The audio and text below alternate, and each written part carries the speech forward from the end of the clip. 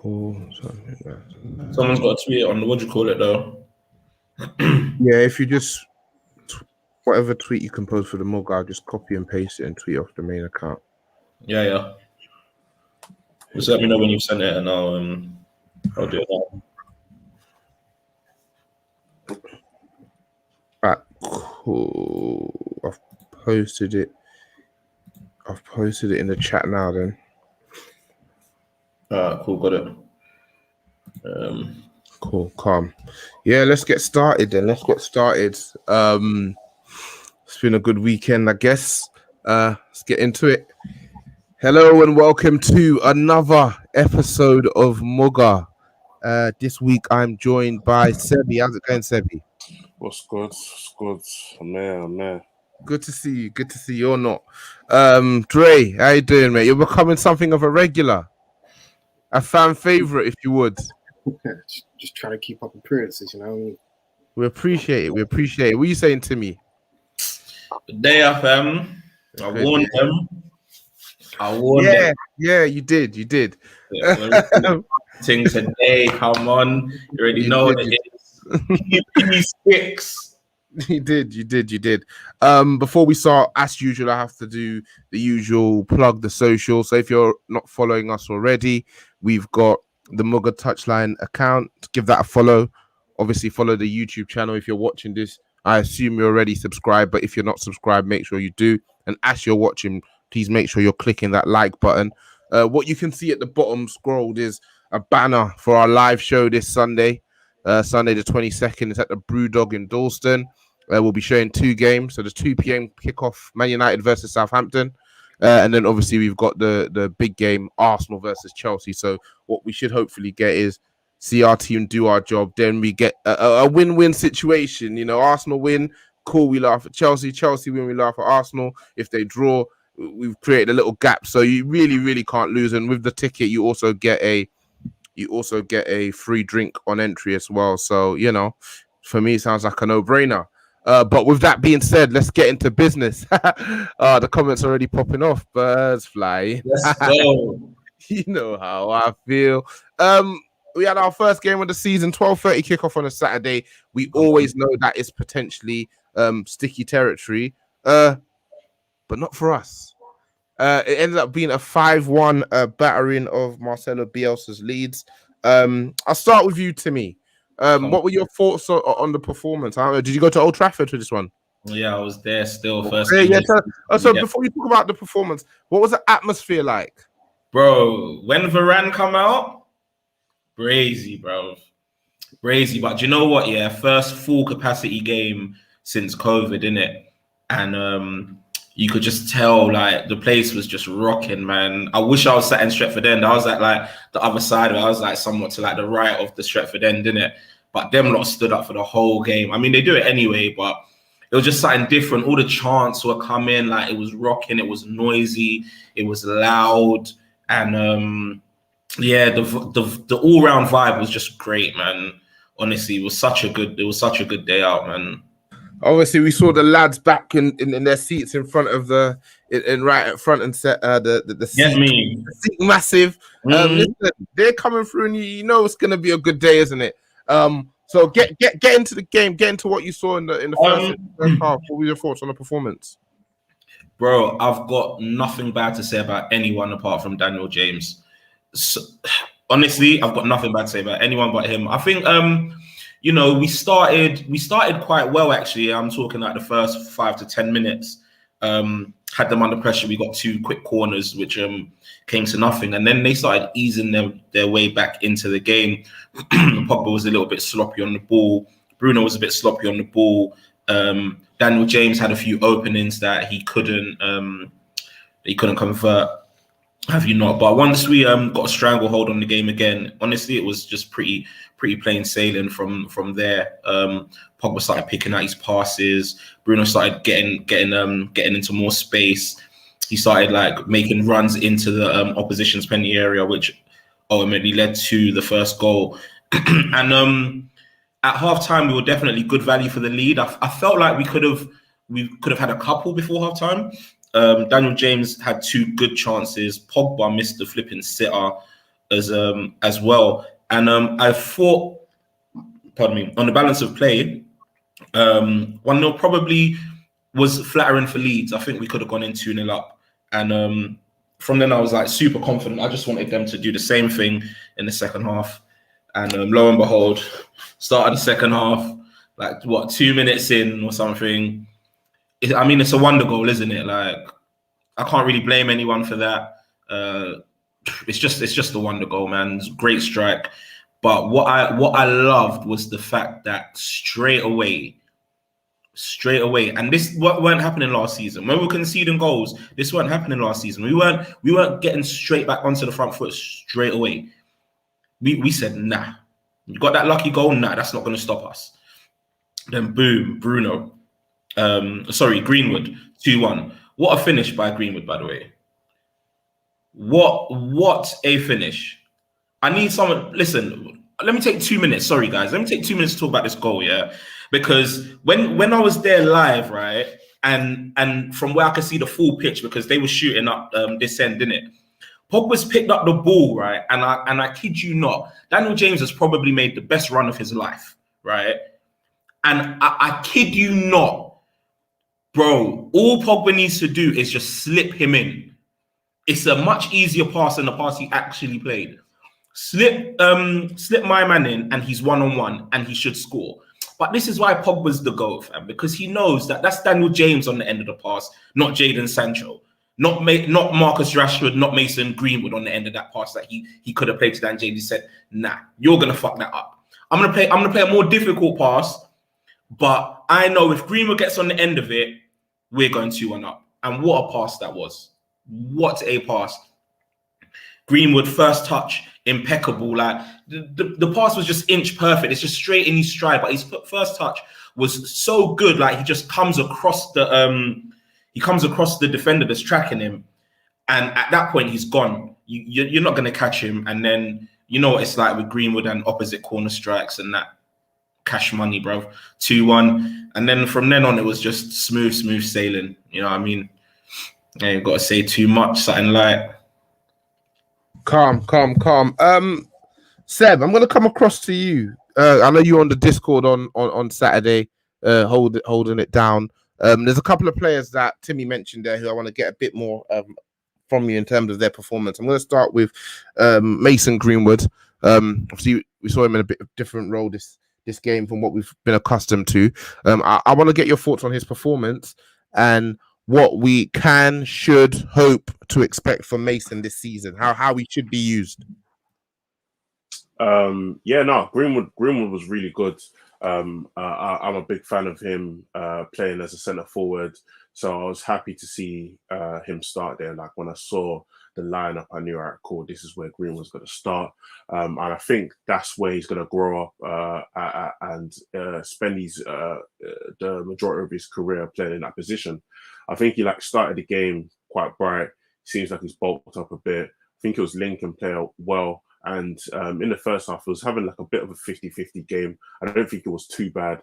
I don't think it was great, but I think he was just doing his job. And again, just, first game back, just having a feel of things. But again, second half, I think he really improved. Obviously, speaking about the goal he scored, that goal is super easy to mess up, right? Because, Pogba's played a great pass, but the pass is so good, it's come right in his stride, but more time, another player overhits that. So when you overhit it, it becomes like a pace battle, and then when you overhit it, usually the striker maybe has one touch to finish or whatever, the keeper potentially comes out or whatever. But the pass is so good, it's not like a striker's favorite pass, but the pass is so good that it's in his stride. And now he has work to do. You've got a player coming, on your right hand side. So you have to hold him off, and you also have to maintain control. That was elite level for me. That was super elite level, because if he had messed that up or said, Greenwood, but I would have understood it. Do you know what I'm trying to say? Because it was very, very difficult. And I just think he's just kind of growing into his stride. And I think, this season, if he keeps fit and he continues to play games, I think he's going to be, Obviously, Bruno's bagged the hat trick, but I think he's going to probably be our top goal scorer. And he's probably going to be the one that we look to for answers, especially in the tough games. Cool. That's high praise. I'm gonna come across to you, Dre, to talk about a certain Paul Pogba. I think Timmy mentioned it. Someone in the comments asking Timmy for tickets. A certain Paul Pogba. 4 assists. Who had 4 assists. I think that puts him in, I think, is another half a dozen players or so. Bunch of them from Arsenal, funnily enough. How that club has fallen off. But yeah, put him in some rarefied air. But I want to get your thoughts on his performance overall. And it looks like he's gonna stay now. What this team can achieve with him in the side. Paul Labil Pogba put in a virtuoso performance on Saturday. That's one of the best midfield performances I've seen in the Premier League. Right?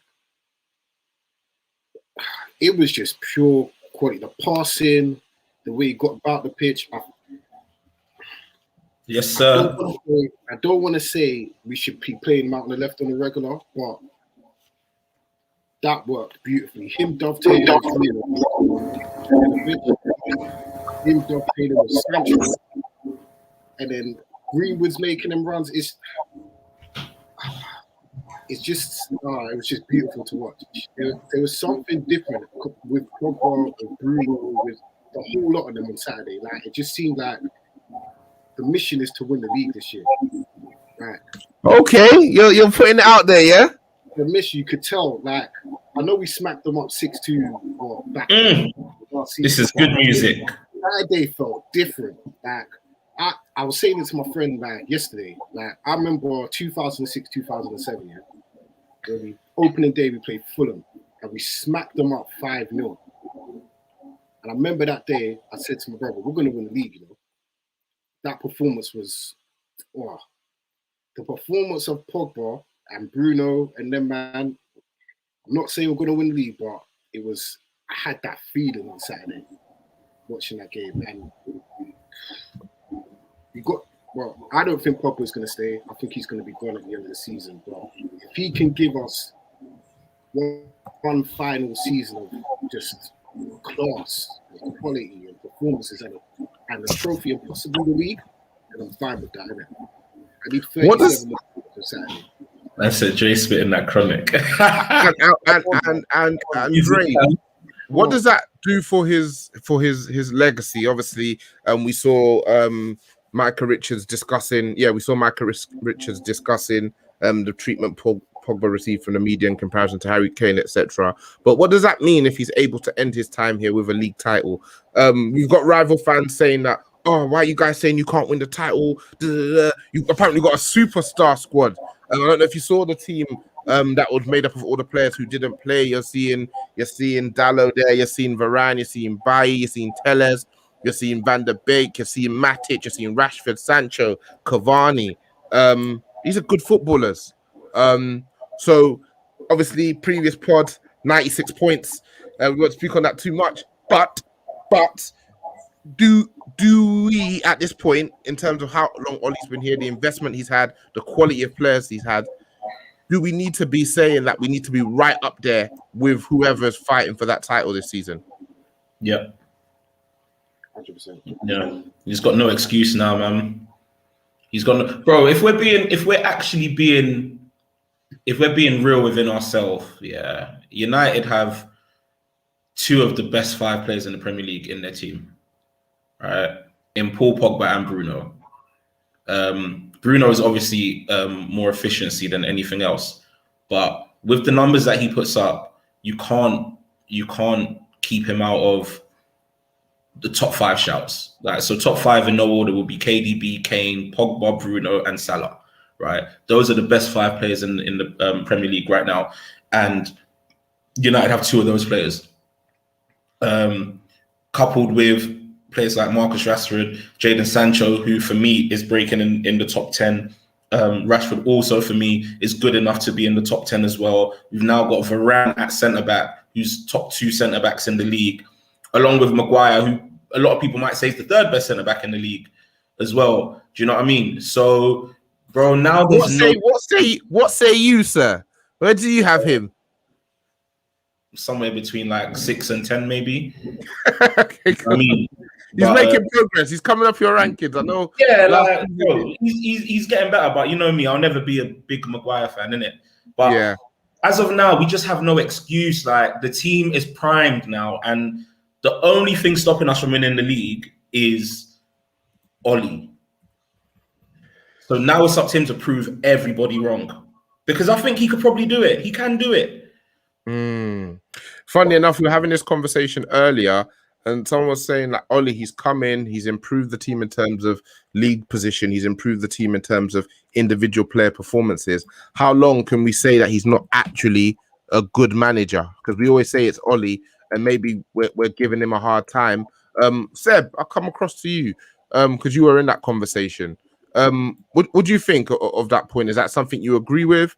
Is it something you disagree with? Are we not giving Ollie the credit he deserves? Yeah, I think Ollie definitely doesn't get the credit he deserves because again, we've seen like previous managers with similar squads, and even similar level squads, if we're being really, really honest, and do shockingly poor. David Moyes took over a championship winning squad, regardless Yeah, if you think they were championship winning quality, yeah, and finished what, sixth or seventh or whatever he finished. yeah. Yeah, so that team at least bare minimum should have finished third, right? We've seen Mm. LVG have the likes of Di Maria, Rooney, Falcao, Van Persie, yeah, and struggle. We've seen Jose Mourinho bringing Lukaku. We've seen Jose Mourinho bringing Ibrahimovic, bringing Pogba, and finish what, fourth or whatever, third or whatever he's finished, and he's saying it's a Got a second, title. didn't he? Yeah, Yeah. so yeah, got a fake second and saying it's a title. Do you know what I'm trying to say? And then finish fourth or fifth or whatever. Do you know what I'm saying? So again, this has been our first real point of continuity since Fergie left, right? And again, like football isn't linear.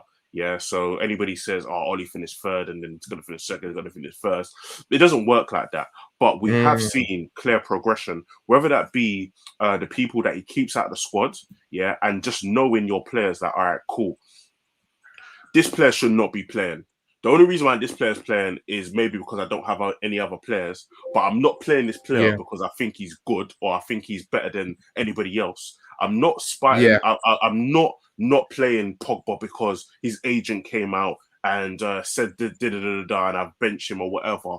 I'm going to try and fit my best players, in this team, and we're going to try and win the game. If things don't work, I'm going to try switch it up. So the McFred thing come about is because he thought Pogba was a defensive liability, right? So Mm. Pogba, so because he thinks Pogba is a defensive liability, he's now moved Pogba left wing. I think Rashford was out at the time or whatever, and Rashford's obviously again the guy, because he can play multiple positions. Fine, let's move him, whatever, right? So even having like the noble to kind of, all right, cool, it's not working here, but this is still my best player or still one of my best players. Let me put him in another position. That also takes some type of management because I've seen other managers just bench their best player.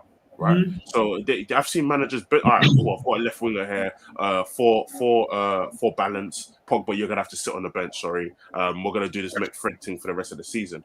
Yeah, and then even if we're speaking about Sunday or Saturday or Saturday, sorry, whenever the game was, the role Pogba played was a different role.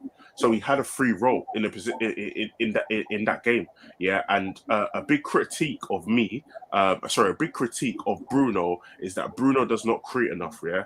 But Pogba was our creative hub throughout that whole game. He had license to roam, get on the ball, and just do him, yeah.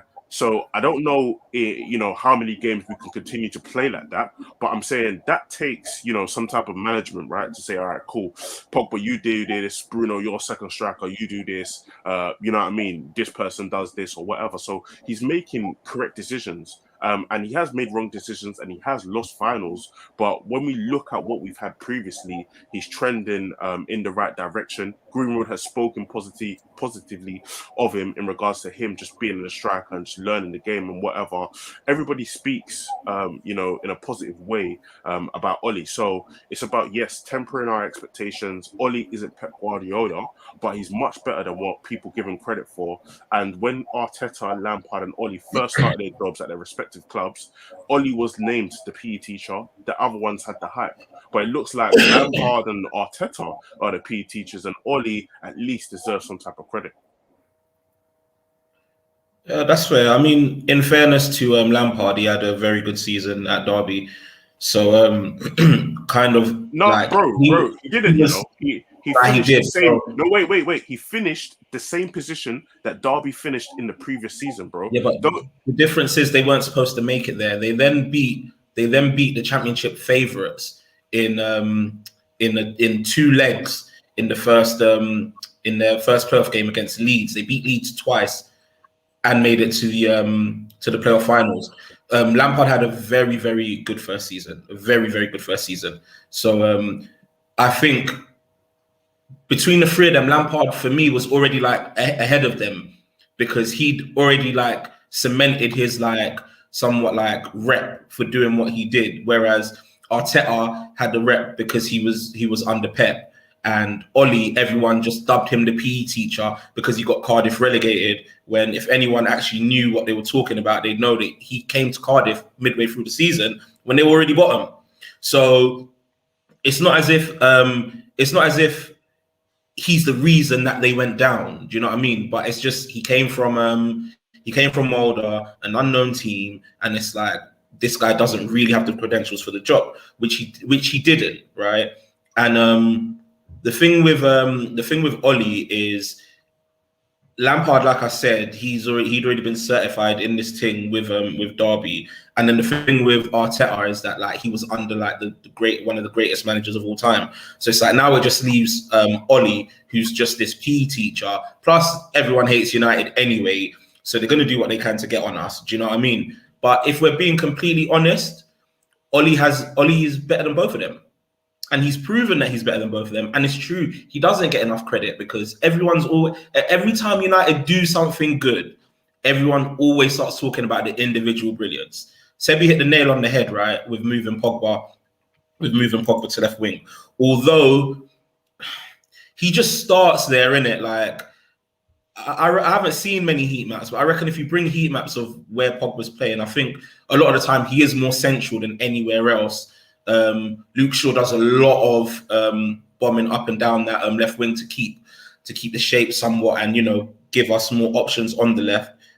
He also interchanges with Bruno a lot, Pogba. But these aren't things that we can just say these guys are doing it because they know how to play football. These are probably things that Oli has told them.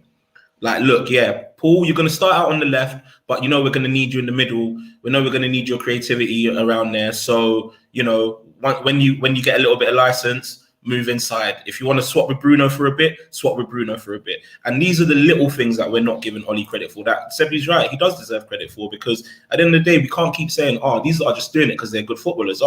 We're only winning games because we got great footballers around us, bro. You can't look at that result yesterday. You can't look at that match yesterday and tell me that this team isn't well coached. You can't look at it, and it's such a lazy cop out. And I'm not the biggest Oli fan, I'm not. But it's such a lazy cop out to be like, United aren't well coached, we don't play well, blah blah blah blah blah. Because you know what? In fairness, we actually, when we're on song, we actually do play pretty well. And when we're not playing well, it's not because we don't play well, it's because our players aren't playing like they're supposed to. So it's all disjointed and rugged and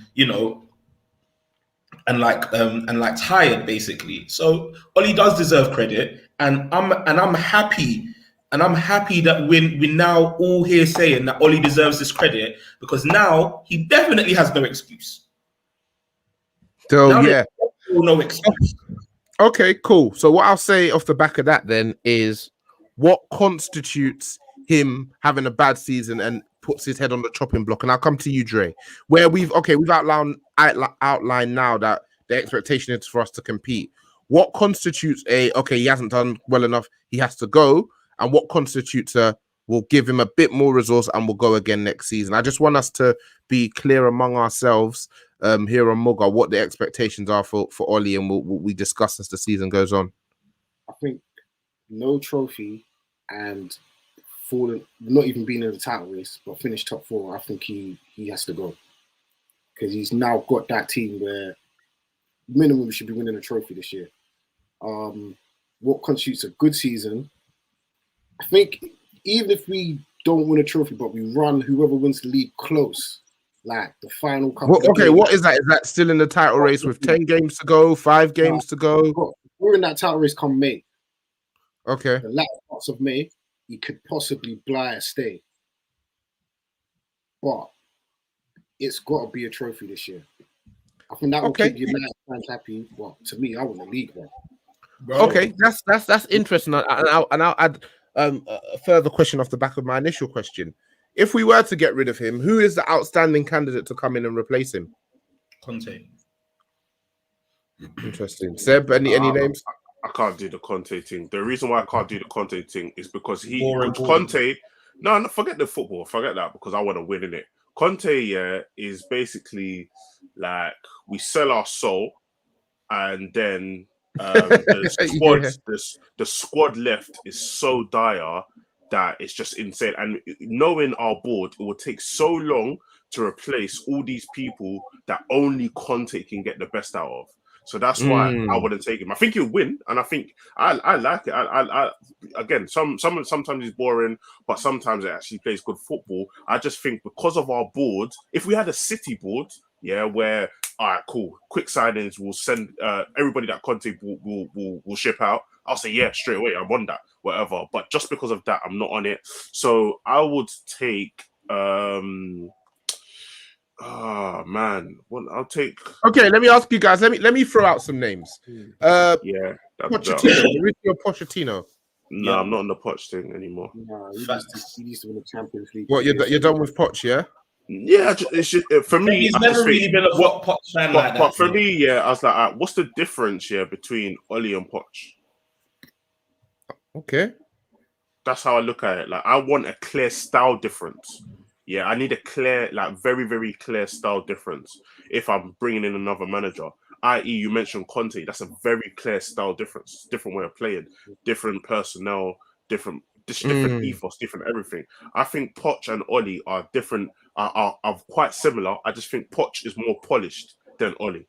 Right? I think Poch is a more polished version. The execution is better, and I think... Yeah, the execution is better. Ooh, ouch. Ooh, that's a real shiv in the side there for me, Seb. And by the by, just since you're here, an episode of Pogba Watch for the people this week. Since you know, we're not calling it Pogba Watch this season because we're gonna call it The Watch, and we'll report on different players each week, each fortnight that we do it. But just wanted to hold you to that because the patrons have been asking for you, sir. Sebi's trying to jump into Pogba FC, blood. Hey man, come on, man. You know the vibes. You know me, man. Nah, bro, no chance. No ID, no entry. No ID, no entry. Cool.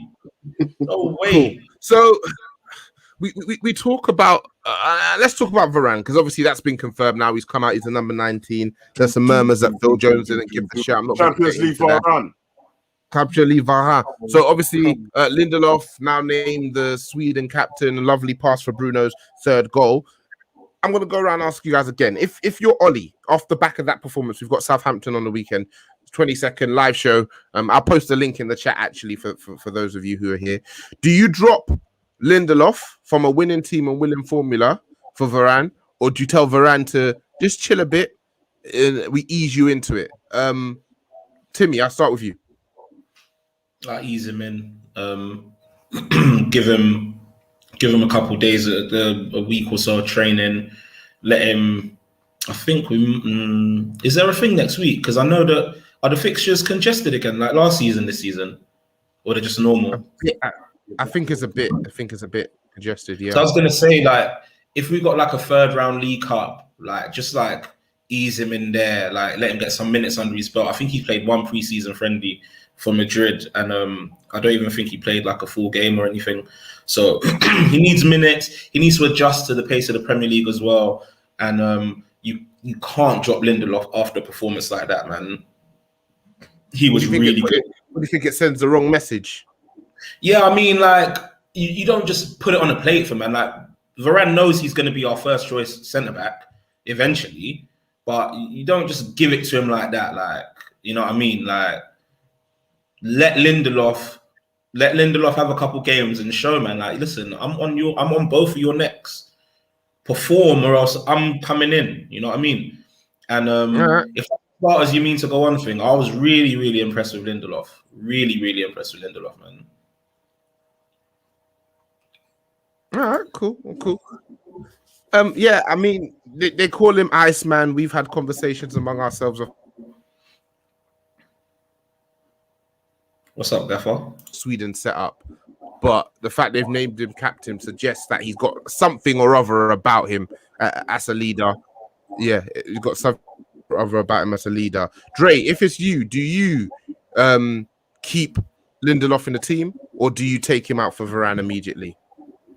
Drop that guy with the quicks. Like, bro, we've seen Lindelof for years. We know what he's about. He'll give you an 8 out of 10. The next week it's 3 or 4 out of 10. You can't risk it this season, like in terms of like inconsistent performances. Get Lindelof, thanks, great performance and everything. We'll need you for Carabao Cup when we go to like Port Vale side. Like, it's all good and everything, but cool. Varane, Raphael, take the spot, bro. I'm not here for Lindelof. Nah. Cool. I've dropped the live show link in the chat. Listen, part of the reason why fans aren't so confident about us actually being title challengers is the lack of a DM. Some people have suggested Lindelof in DM. Do we see any business being done in these last few weeks of the transfer window in terms of us bringing in a midfielder, or do you think this is Ollie's lot and he's going to use McFred, Matic in some situations, a variety of formations, maybe experiment with a Lindelof? And if that is the case, how confident does that make you guys for this season? As long as it's not McFred or McTominay or Fred in the DM, I could deal with Lindelof at DM. I think that could work. Business wise, No, they rate Lindelof now, yeah. If you can do the job, I'll take that. Other than that, Lindelof on the bench next to Jesse and them, man.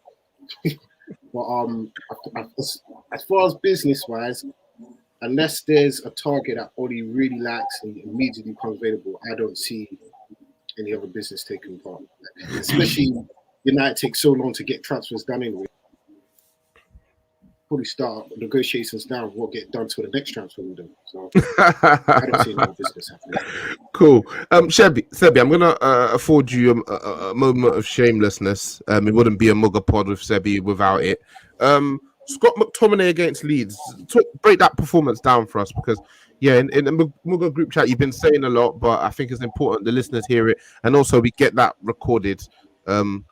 Gargantuan, man. Gargantuan. Come on, man. You know the boy, man.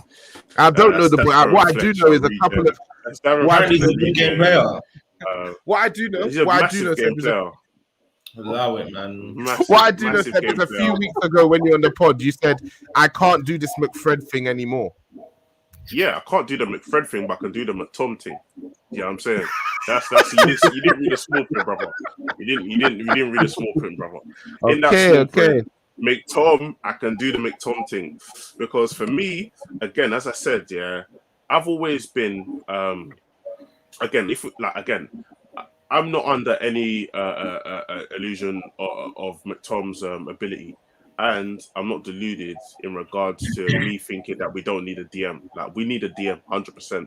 But I always felt under Fergie's tenure, we had players that came in for specialist games, the specialist jobs. And you see the first way how McTominay, how Jose first brought in McTominay, that's always how I always saw him. I always saw him as a closer out of games, or in a particular game, let's bring him on, because we need a particular set of skills. I.e., when at the start of the game, Ollie spoke about energy, right? Yeah. Ollie spoke about the energy and just about him being fit and getting around. Leeds that are pressing, that are probably going to be very, very fit. This is an ideal game for McTominay, right? So I think there's specific games we can have him in, and I think he actually excelled in the game yesterday. Because a big thing about McTominay is yeah, he's up for battles and stuff like that, but interceptions sometimes are lacking. But he intercepted the ball really well, and he was quick to get the ball to the players that are more creative, i.e. Pogba. That's how the Bruno goal came about. Interception, pass to Pogba, goal from Bruno. Do you know what I'm trying to say? So if he can do that, again, I'm going to be happy for him to play 15 to 20 games a season. But really and truly, again, we do need a DM.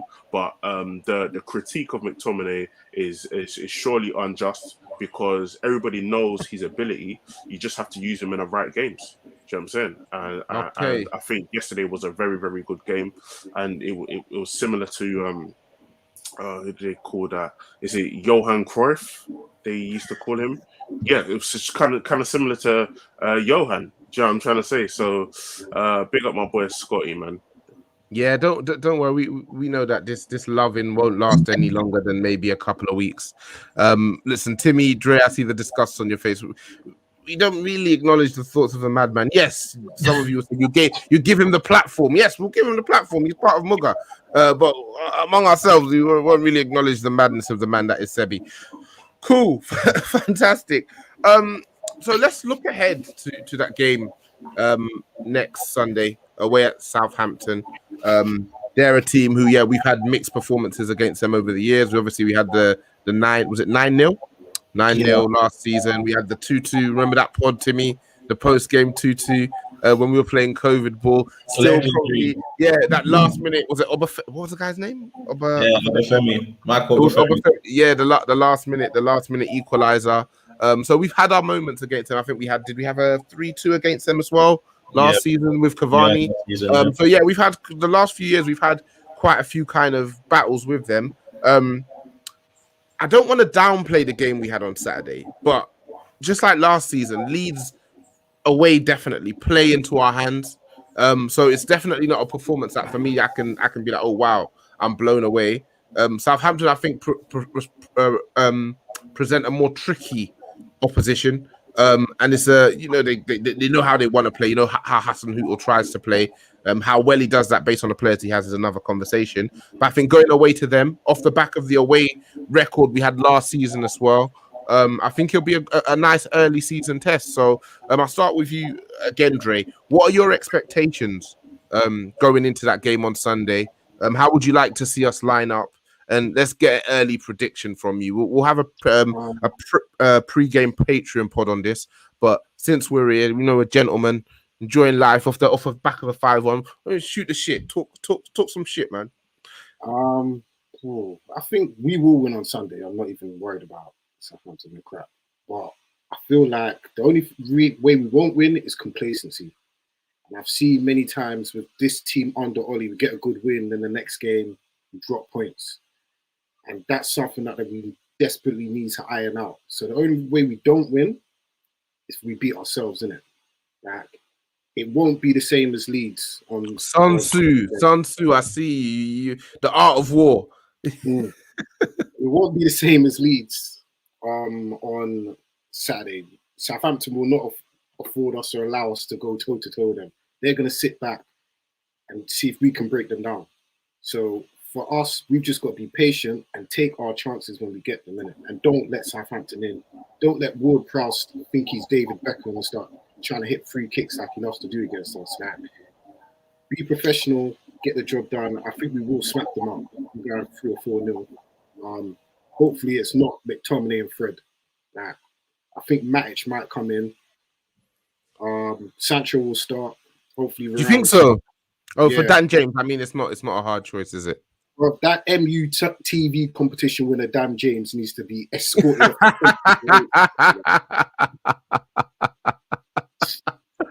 not even cuss Dan James. We won on Saturday. We'll leave it. I want to ask you guys. I think he's staying now because the talk is about Ahmad going out on loan. Do we think Lingard stays, or do we think he goes to West Ham? Oli said Sanchez was had a big role to play, so it might be hitting everyone with the hezzy. But Oli did say that he's looking forward to see like Lingard and He's got a big role to play, and he done well on loan last season or whatever. But again, he said, yeah, Sanchez has got a big role to play, and he shipped him off in it. But personally, I do believe Lingard will stay, and I do think he has the ability to definitely improve the whole aspect of the squad. Do you know what I'm saying? And you know, come on for a Bruno or whatever, and just you know, give better utilization of the squad, because a lot of the players were suffering from burnout last season, and Oli just kept playing them to their death. So yeah, I think I'd like to keep Lingard, and he'll be good for us. Cool. Yeah. All right. Listen, somebody asked about how congested the season is, and it will be. We'll be fighting on multiple fronts if we want to put a genuine title challenge in. My thing about Jesse, though, is I think you only get the best out of him where he's getting regular minutes. I don't think this sort of not playing him for 2-3 weeks and try and drop him in for a start here or there will lead to the best performances from him. Obviously, throughout the summer, he was able to kind of show us the amount of work that he put in mentally and working with a coach to get himself back to his top level at West Ham. And I think he's at the stage now where it's like, are you content with being on our bench? Being on our bench now doesn't get you into the England team. Being the main man at West Ham, who are in Europa League this year, has you on the fringe of being in that England side, and obviously depending on how well you play in injuries and opportunities, etc., you're an England international. I think what we'll probably want to offer him won't be enough. And do you think in Ollie's mind, he's ahead of Van der Beek in the pecking order? That's for any of you. I think he's gonna go, to be honest. But so I don't think he's ahead of him in the pecking order. I saw something today from I don't know if he's third choice West Ham keeper or something, but the guy's on Instagram, he's at Jesse Lingard, like see you soon or something. I can't remember exactly what it said, but seems like he wants Lingard. See that Russ Green. I know you. Yeah, there you go. I know you want to come back. Yeah, so I guess Russ, that must be their training complex or something, isn't it? So yeah, in Chadwell. Yeah, I think that he's gonna go. I don't want him to. I really like Jesse. I don't know if he was injured at the weekend or he had a knock or something. Because why wasn't he in the squad? COVID. Oh, he's got COVID. Yeah. Oh, has he? Yeah, I think he just come back today. Oh, that's sad, man. It would have been nice to see Jesse Baller with these, man.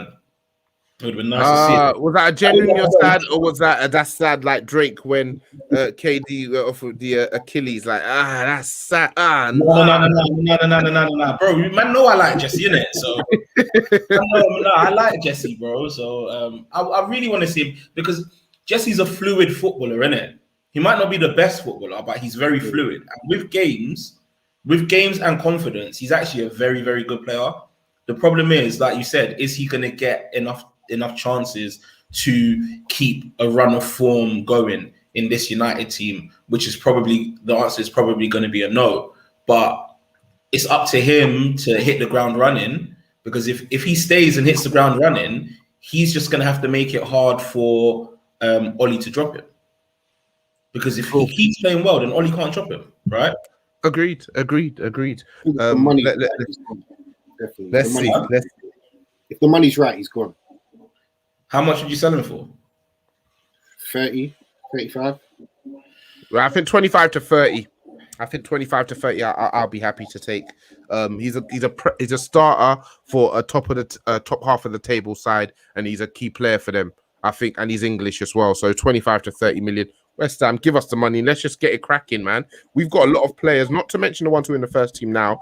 What about the youngsters who are keeping an eye out? James Garner hasn't signed a new contract. He wants to keep his options open. They're looking at and we're seeing a lot more at these big clubs now. Chelsea with a fire sale of like 5 of their youngsters. These guys are cottoned on now. I'm not content for you to keep me on the bench and just loan me out to lower league Prem teams and championship sides.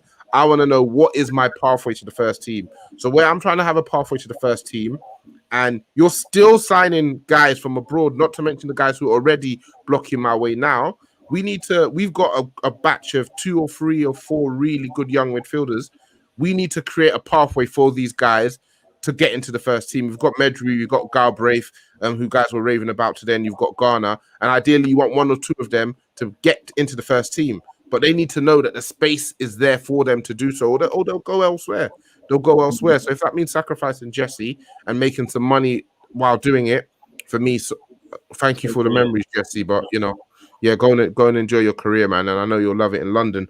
But let's finish up with some listeners' questions. You know how it goes when we win. And we win handsomely. They have so many.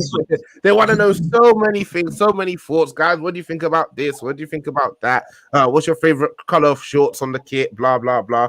When we don't win, it's cricket. So obviously, off the back of a 5-1 win against Leeds, we're going to be chocker. So we'll try and get through these as quickly as possible. I'll start with a question from Alan Salon Esquire. Who is the club's best finisher, Greenwood or Bruno? I'll start with you, Seb. Greenwood. No brainer. Yeah. Anybody don't think Greenwood? Greenwood's top 3 finishers in the Premier League. In the league, I think I saw a tweet that you mentioned about. Was it you who tweeted that? Yeah. And what names are coming up as above him? I got Kane obviously a lot, and I got Son a lot. I got a couple KDBs, but I shut that one down. I got one. I got one Salah, shut that one down. Then a couple idiots with their saying like Danny Ings and Bamford and guys like that, shut that shit down as well. Bro, let's be real. Like in football, Greenwood might even be top 5 finishers in world football right now. And listen, man, I'm going but like which 5? Like you go Kane, Son in the Premier League, you go Lewandowski only in Germany, you'll go Messi in Paris. I don't think there's any finisher in Italy that's a better finisher than him. I don't think there's any finisher in Spain that's a better finisher. Ronaldo in Italy. Bro, Ronaldo's not a better finisher than Greenwood. He's not. He's a better goal scorer. He's not a better finisher than Greenwood. And I was having this chat again the other day because I was telling man that I think Greenwood's top 5 finishers that Man United have produced in the Premier League era. And I have him ahead of Ronaldo. I really do. Ronaldo's a great goal scorer. Don't get me wrong. I think underrated Ronaldo's finishing, to be honest. I'm not trying to diss Ron, innit? Like, that's my guy. But bro, Greenwood is different. Ronaldo left foot, right foot, and when you add the head, his ability in the air, I think that takes him clear of Mason. Bro, but Mason's left foot and right foot finishing is better, bro. But the header in Ronaldo's like the best header. Header height, bro. That comes with age. It don't come with age. You see what Ronaldo? You see what Ronaldo steps? It's like a bow. All right, cool. If you want to give it to Ronaldo, then fine. But then that would have him 6th anyway. So just we'd have to sit down and discuss it. What we do know is we do have a prodigious talent on our hands. And I want to see those sort of movements that he made for the second goal. I want to see a lot more of that. We know that he's gonna, if he gets into positions to get chances, he's gonna finish them. A lot of the time when he had his dry spell last year, he was just going through games and he wasn't getting even a shot. He wasn't even getting a position to shift to even get a shot off, let alone getting what we call a clear-cut chance. And then obviously he had that run towards the end of the season that just shows him, give him chances and he will bag. He's physically developing, he's getting more comfortable. And as much as we talk about his finishing, we always forget also the fact that he's a really good footballer as well.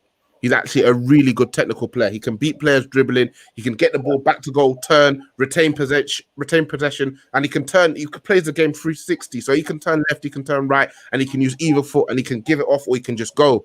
So as he continues to develop, continues to get comfortable, continue to learn little nuances and tricks of just being a pro, etc., etc., I only expect that to get better. For me, I'm looking for him to get 20 goals. I say that. Bro, 20 goals. I'm not gonna lie, bro. I said that as well. 20 league goals. You think Mason can't get it, bro? Start man up front all season. If he starts up front, he gets 20 league goals. 21 and 22. I promise you.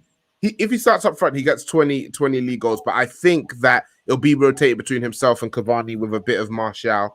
So I think I'll say 20 Now he's got the chance. He needs to cement that position as his. I tell you now, yeah, he needs a brace next week against Southampton. If he grabs a brace, no, bro, I'm dead serious. If he grabs a brace next week, that's it. He's gone clear. That's his position now. Yeah. All right, I we'll need keep an eye on it. I that. need it. We'll keep an eye on that one. The next question is from Zeki98. We were just talking about it, so to be honest, we've answered this one, Zeki. What do you boys think of Greenwood's development? He seems to be more than just a goal scorer. His all-round game is looking more and more developed. Saturday's performance was a top example of this, so we've answered that one. Superfly MK, who would you like to see Ahmad go on loan to? Do you think Ollie will rotate his team much this season and manage his squad better? I wouldn't want to see Ahmad go on loan, to be honest. I'd like to see him get them Daniel James minutes, but if he did go on loan, they've been touting Crystal Palace. I don't think that's a bad loan. I wouldn't be against that loan.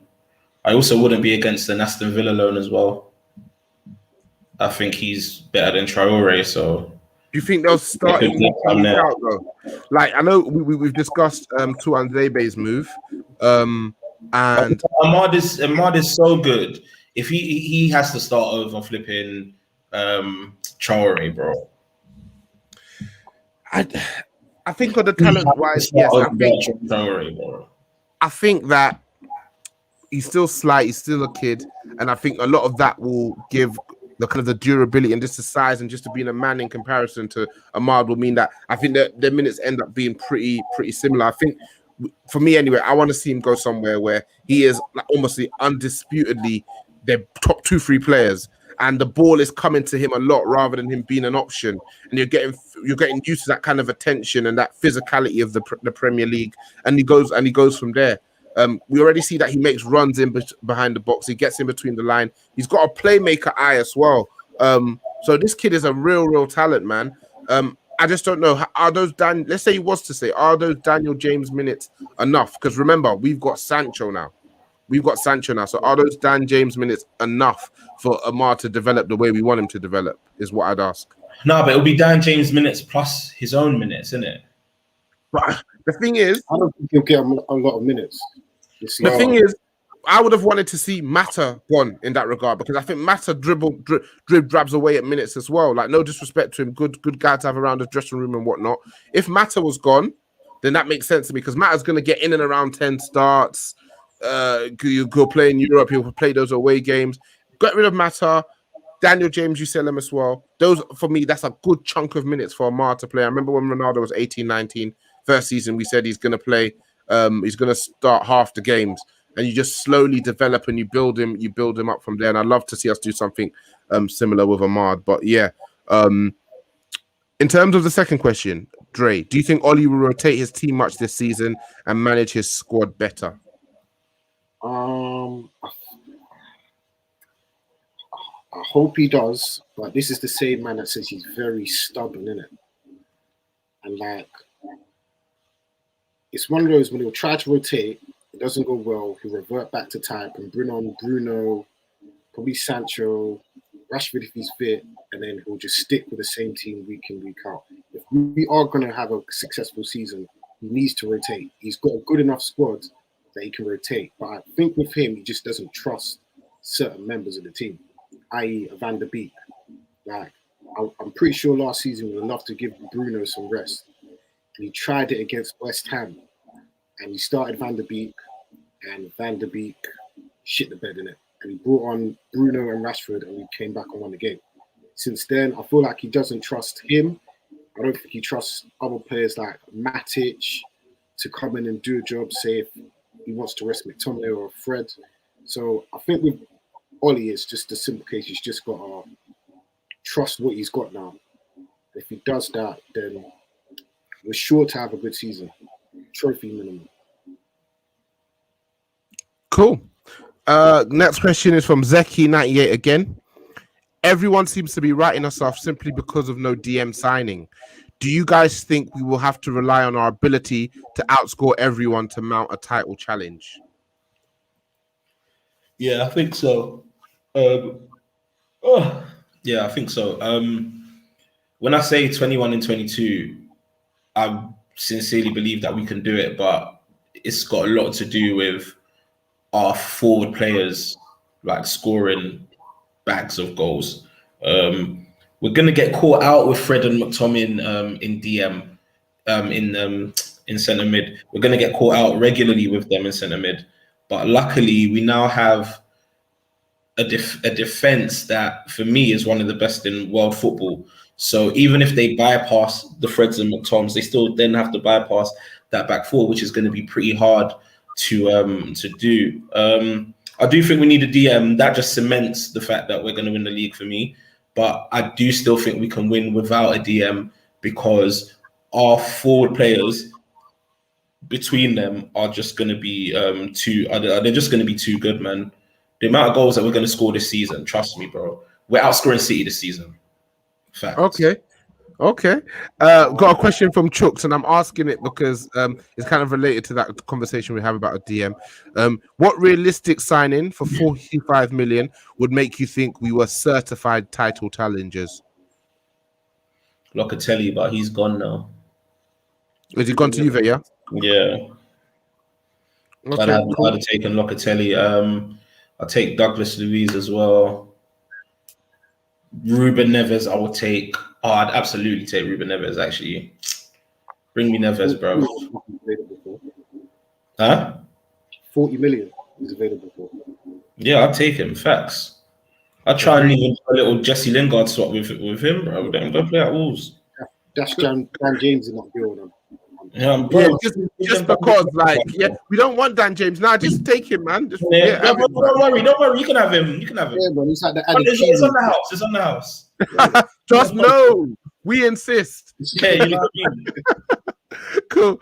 We got a next question from Vina Mounty. Don't kill me, but Varane, do you think we would get away with McTom single pivot? I'm desperate.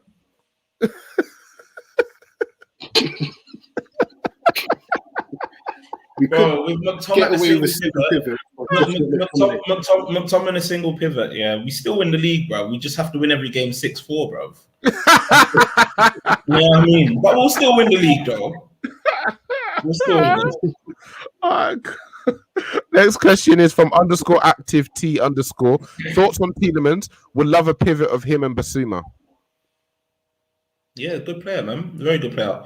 I'm having him, but it's still not addressing the main issue that we have in centre midfield. But it's more quality. So I'm having him, but I think before we think of getting like centre mids, we'd be looking at a DM before anything else. So calm. That's fine. What's the first choice front three when everyone is fit? Is there even such a thing as a first 11 these days, or is it game by game? I think with what we've got, I don't think there's a set front three. I could say best front three would probably be Sancho, Greenwood, Rashford. But that's my front three. For certain games, a different front three would be needed. Like, I would say those teams that League Cup games. Yeah, even those games where they don't give you much space, like a Burnley or something, then Cavani might be the one to play because his movement up front is different level, isn't it? What? Yeah, that front three, Rashford, Greenwood, Sancho would probably be the best three. But we've got enough time to rotate it. Yeah, that's my front three as well. If I could play them three every game, that's what I would do. Okay. Yeah, we got options. I think part of Ollie's job will be to manage the personalities, but also know the games that suit certain players over others for true. But yeah, so you guys have answered the next question. The next question was excellent start, I'd say, but any of the lads worry that the starting lineup hasn't changed much since last season? Also, who you starting centre forward, Greenwood, Cavani, or Anthony Martial? You guys have said Greenwood. In terms of the starting lineup not changing, I mean, Dan James comes out straight away because we know he's played because he's been in training. So Sancho comes into that starting lineup. And then the other one is Varane. But the players that we do have starting, we know Luke Shaw is a different player than he was at the start of last season. Maguire has come on leaps and bounds as well. You got Varane, you got Wan-Bissaka. That's a very strong back four, in my opinion. Again, we come to that midfield area, and that's where we're always going to have this conversation about not being so confident about the pairing. But then you've got Bruno and Pogba. Like Timmy said, for all intents and purposes, two of the top players in the league, top players. And then you've got the forward options, Rashford to come back as well. But then you've got Sancho, you've got Greenwood, you've got Cavani. Martial didn't look too bright when he came on, but obviously he hasn't played for a while, so we'll give him a bit of time. But a half decent Martial makes a good squad option too. And listen, guys, as little as I have to see Dan James, the better for me, for my mental health, for my football club. So yeah, keep an eye on that. A question from Doc K32. What will it take for us to build a world-class or at least competent functioning midfield? Even Arsenal and Spurs have good first phase players. Say just a DM, you know. It's like the midfield is just a DM. Like, as long as it's not McTominay and Fred in there, a DM with Pogba, that can work. We're not far off in terms of what we need in midfield, to be honest. Agreed. That's it. And like the names you guys mentioned there, Neves and Basuma, Douglas Luiz, all you need to do is slot one of those guys into that role, and then I'm joining 21 and 22. Now I'm like, I can see it. A few things have to go right for us, but I can see it. And logically, you say if a team comes second and you've added Jadon Sancho and Varane, you should only accumulate more points. But you bring in the context of Liverpool, you bring in the context of improved Chelsea. They've signed Red Rom, well, not Red Rom anymore, Blue Rom. So they're gonna be there and there. They're gonna be there and thereabouts. Hold on 1 second.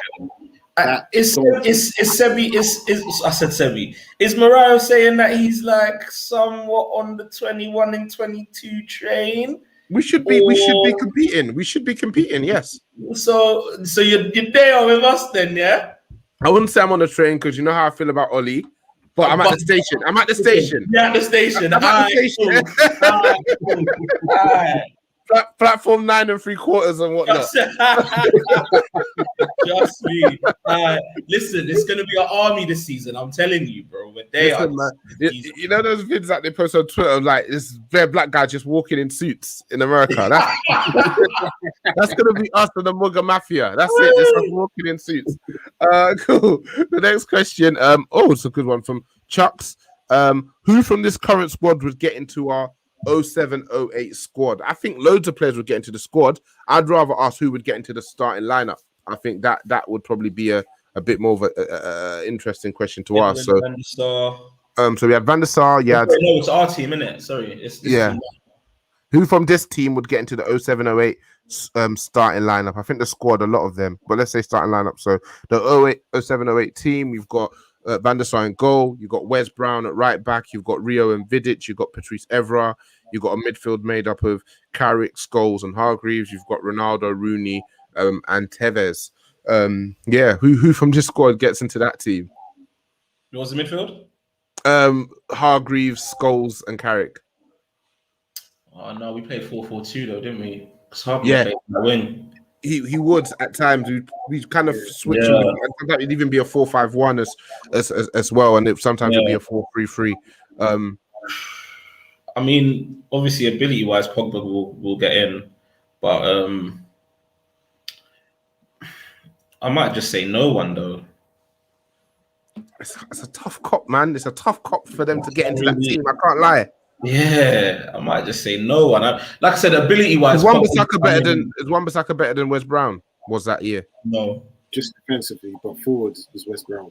Wes Brown was I'm having Wes Brown still for now.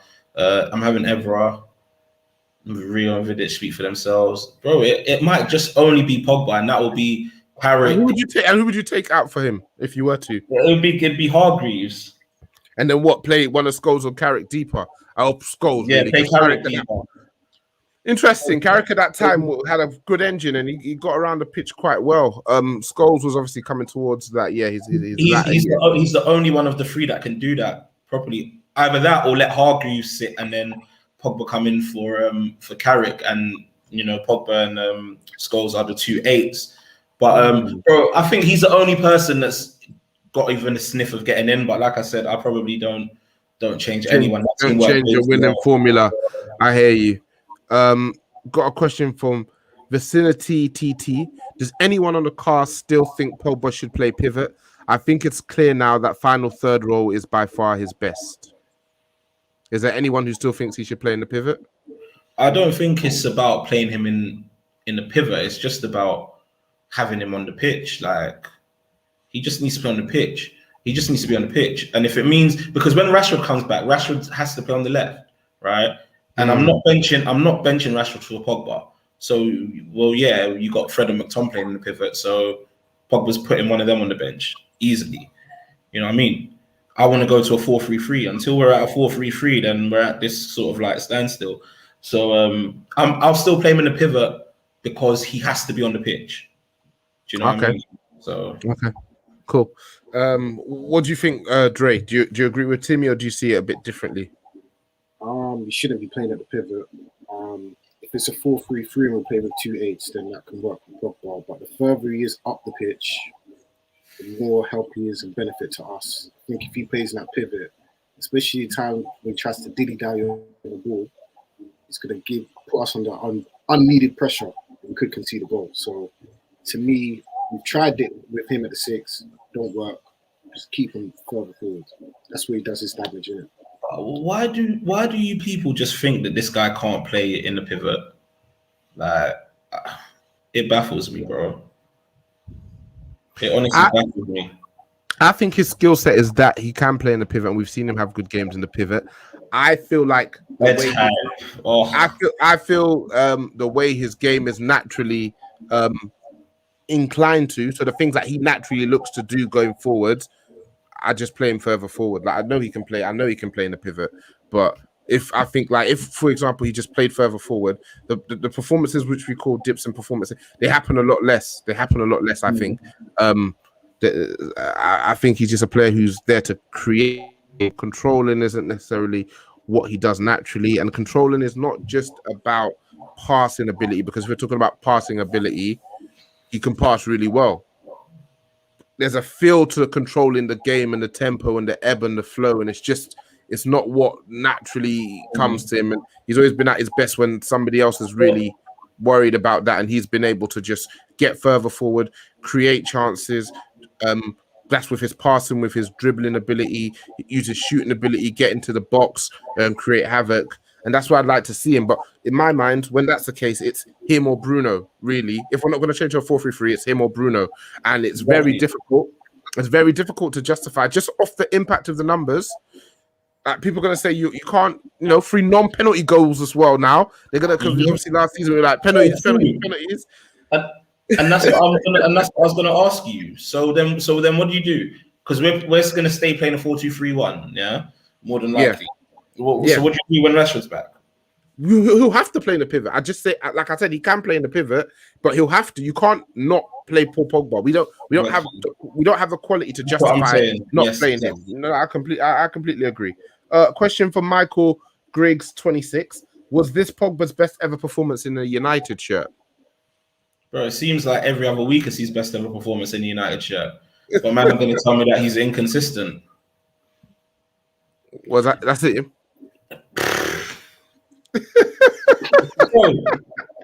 Bro, how many performances last season did Pogba ball out and everyone's like, this is Pogba's best performance for Man United. This is Pogba's best performance for Man United. Rare. But then the same man will turn around and say, oh, he's inconsistent. He hasn't had no good seasons. Blah, blah, blah, blah, blah, blah, blah. For what it's worth, this was his best Man United performance. I can't think of any United performance that he's had better than what he did the other day, right? I can't. But this is one of many stellar Paul Pogba performances. Many. Especially from last season. Remember when he was carrying us at the beginning of Ollie's reign? Like, people have amnesia, bro. He only plays well once every 10 games. Rare. But then he'll play one game, then 2 games later, there's his best ever game. Then 3 games, like, oh no, that's his best ever game. And then, bro, make your mind up, bro. Is the guy inconsistent, or is he dropping clinics and making having new best ever games every other game? Like, make up your mind. You know how it goes. It doesn't the narrative, it does it. You know. Yeah, facts. Certain Absolute Scotsman was fact. on yesterday on Sky Sports. What do you think of Pogba's performance? He said we should be doing that every week for his price tag. But yeah, didn't say nothing about Grealish, you know, when he dropped that stick. About to say that, Mr. Hairband and that, Mr. Hairband. You know what I mean? Mr. Hairband. The hairband. So, boy, you know, doesn't fit the narrative to these, man, innit? We'll leave it at that. Yeah, we'll leave it at that hype. All right, cool. Trust me. We'll leave it there. Lads, as always, a pleasure. Listeners, like we said, we've got a live show this Sunday, the 22nd of August. We'll be showing the Man United versus Southampton game, followed by the Arsenal versus Chelsea game, then a live podcast recording. Want to see you there. Ticket prices include a free drink on arrival. So it should be great. We also have all the different cast members there. So hopefully we see as many of you as we can, because we will need the Muga Mafia in attendance. We need you lot there, fam. And other than that, we're going to have more and more Patreon content coming. We've got a couple top 30 episodes dropping this week. We're going to have our preview of the Southampton game, our live reactions. It's just going to be a really, really busy season. I'm looking forward to this season more than I have a season in a while. You lot sign up to the Patreon, because I promise you we're going to blow this season, because we will win the league. We will blow this season, because I'm not going to get off anyone's neck. I promise you. And everything's just going to be on Patreon, bro. Everything's going to be on Patreon. The final day of the season is May 22nd, isn't it? The birthday's May 23rd. We got this, bro. 21 and 22. And on the 23rd. 21 and 22 on the 23rd. I can't finish any better. Nothing more needs to be said. Nothing more needs to be said. All right, boys. Have a nice one. Listeners, like, subscribe, all that good stuff. Peace.